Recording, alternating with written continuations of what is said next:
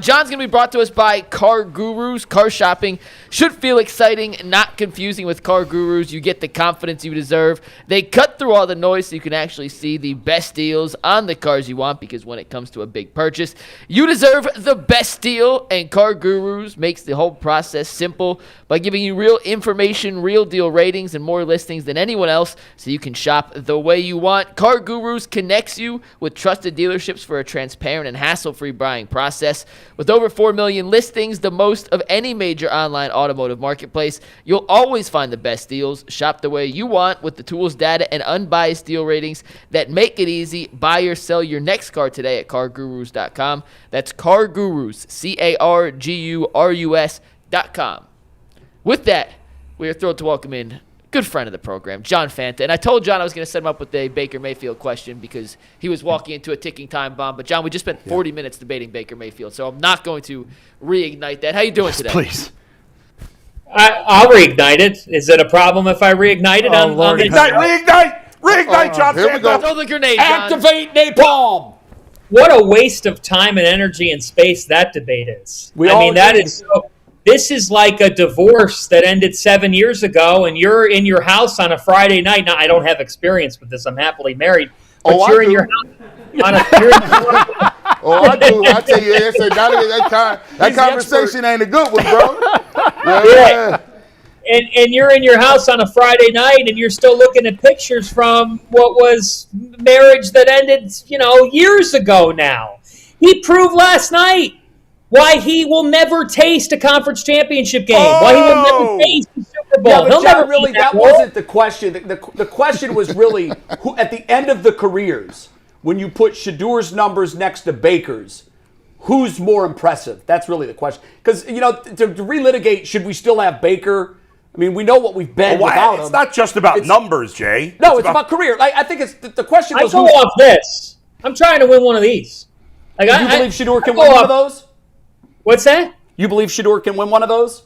It's too early to tell. I don't think it's a definitive answer right now. If I was a betting man, I would probably bet no. I'm certainly not going to bet yes because it's extremely hard.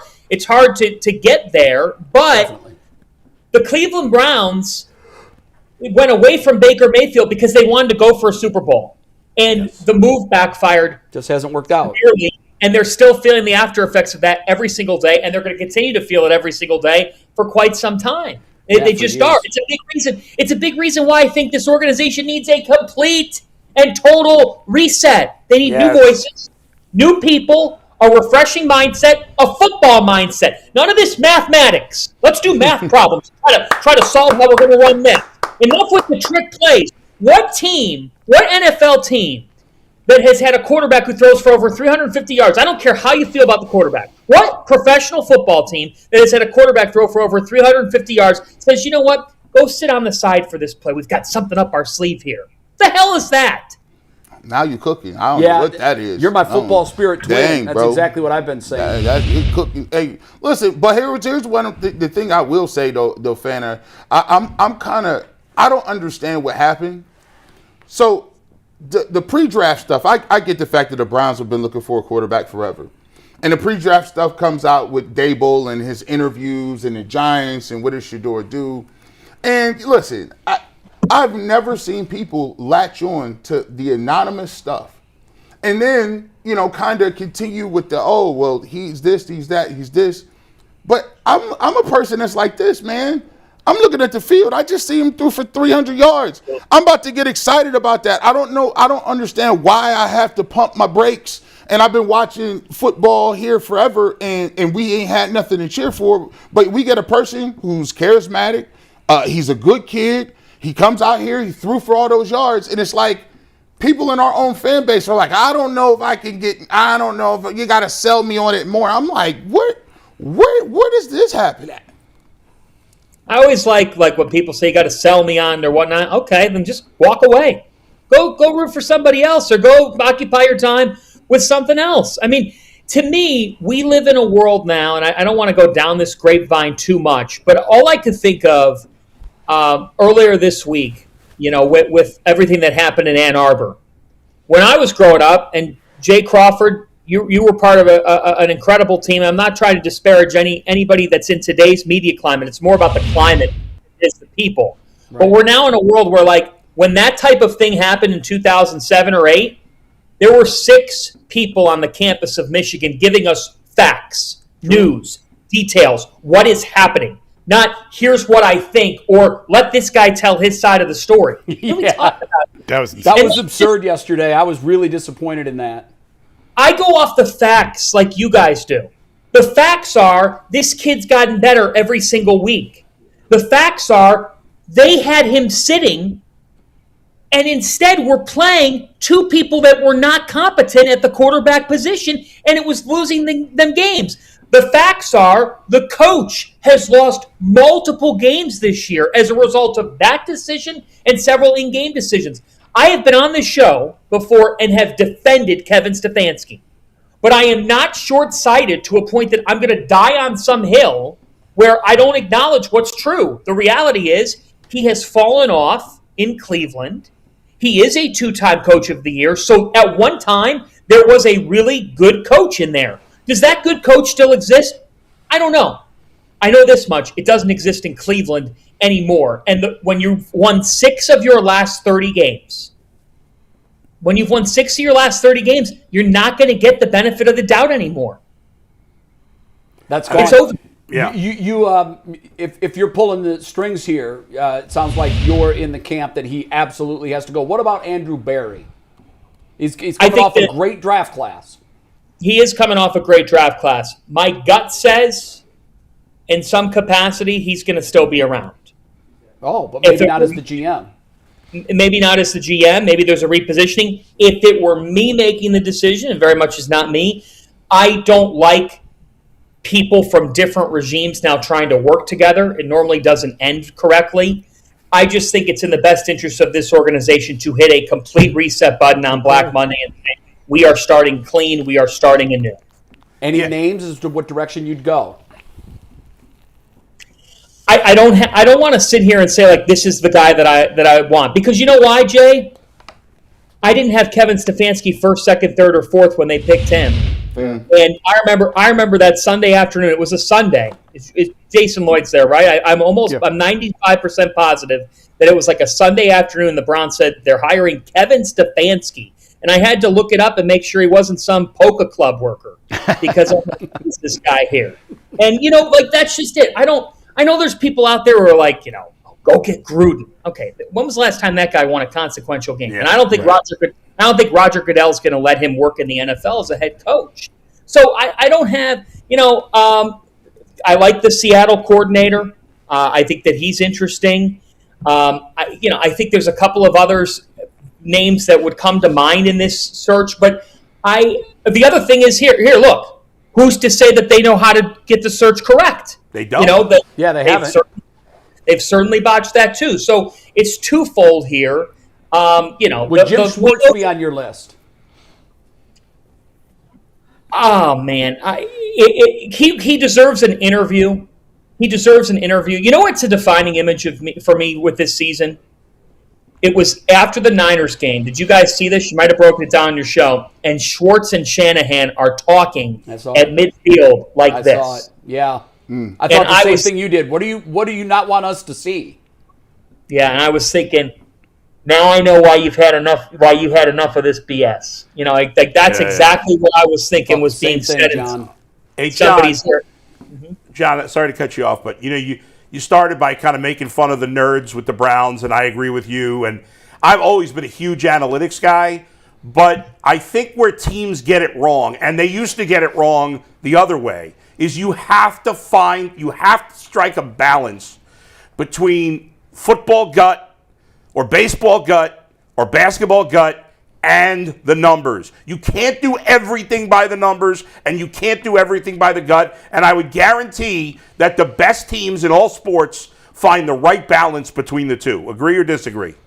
I totally agree. Do you think that if Dan Campbell was assessed for everything that he did, there's going to be some people who despise it, some people who love it, but he has done some things that are totally against the math. The Chicago Bears, their record is 9-4, and their record's 9-4 because that coaching staff has made decisions that both are in favor of the math and some that are not.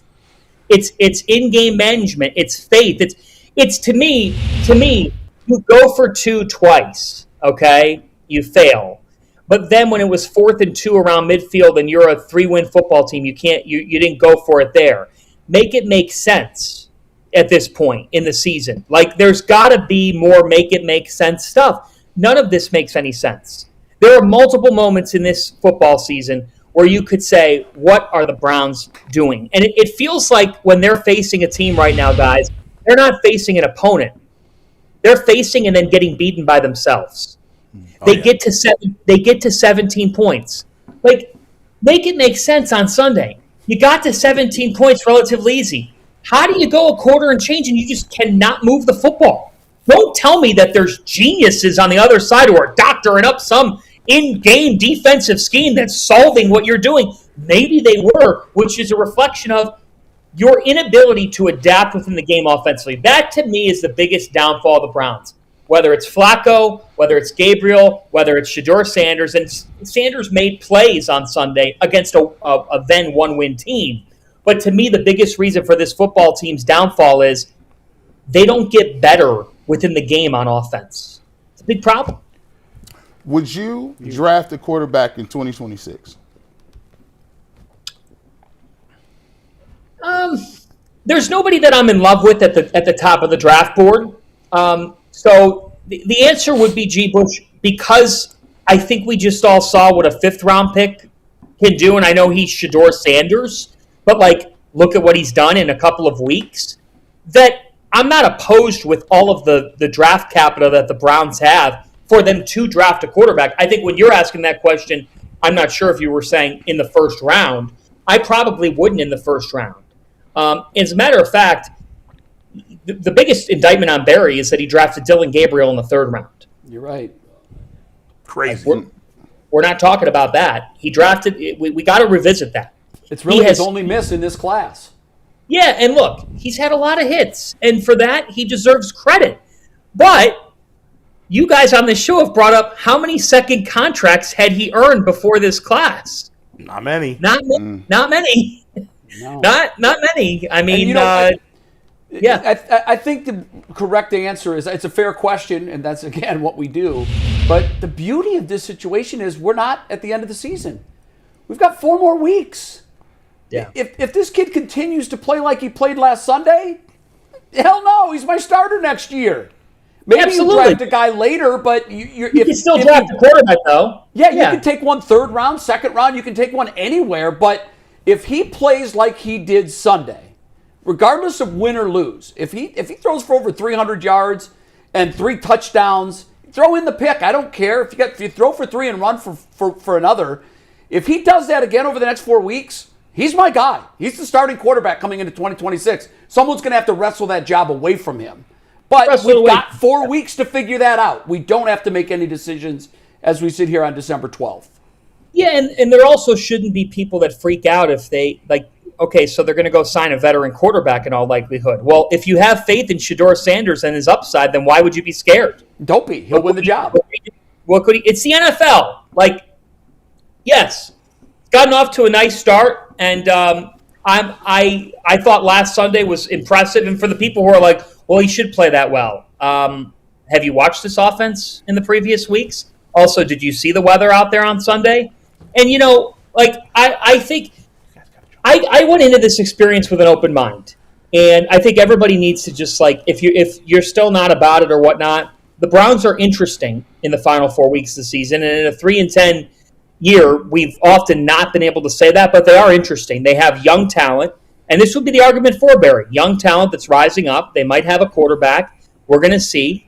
You know, I don't think you could watch him this Sunday, whether he's great or whether he's terrible, and then get into definitives and say, he's the guy. He's not the guy.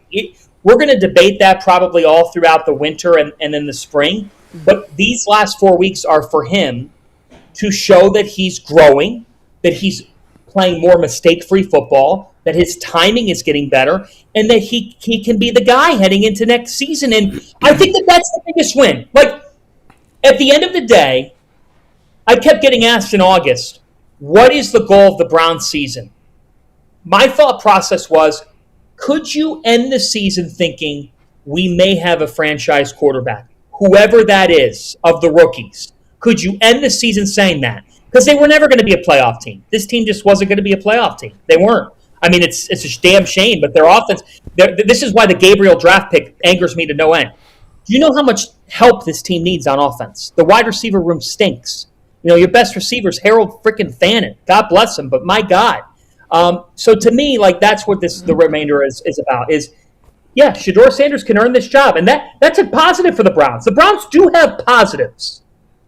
John, not to change subjects completely, but we can't have you on and not talk a little basketball. The Cavs are 14-11, and you last year were saying the core floor needed to get blown up. You were not in favor of keeping that group together. He was I right. can't imagine what you've seen this season has made you change your opinion even one bit. Yeah, they got problems. They got problems, and none of us six are one of them. But man, they got some major issues. Now their schedule. Look at the schedule. I mean, oh man, talk about Oprah giving out free cars during the holiday season. Yeah. Holy cow! I mean, this is other than that. I mean, maybe the Chicago game, but they've stumbled. They stumbled against the Blazers.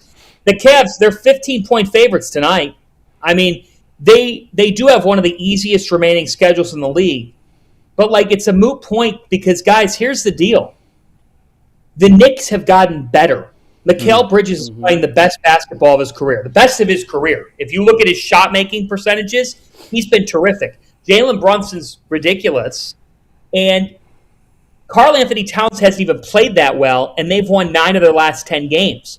The Pistons, I don't know if it's going to translate to the playoffs, but Cade Cunningham has announced himself with Jalen Duren. Cade and Duren right now are a better duo than Donovan Mitchell and Evan Mobley because Duren and Cade are meshing.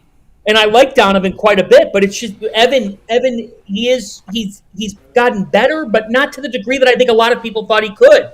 So the fact is, like, the Cavs have tried to stay status quo, and in the NBA, it's very hard to do that. It's hard to do that and it's even harder, guys, when you consider the fact that the Detroit Pistons are at the top of the Eastern Conference right now. And that the New York Knicks are going to seize this opportunity and that Indiana's down. Like, how is Boston in third?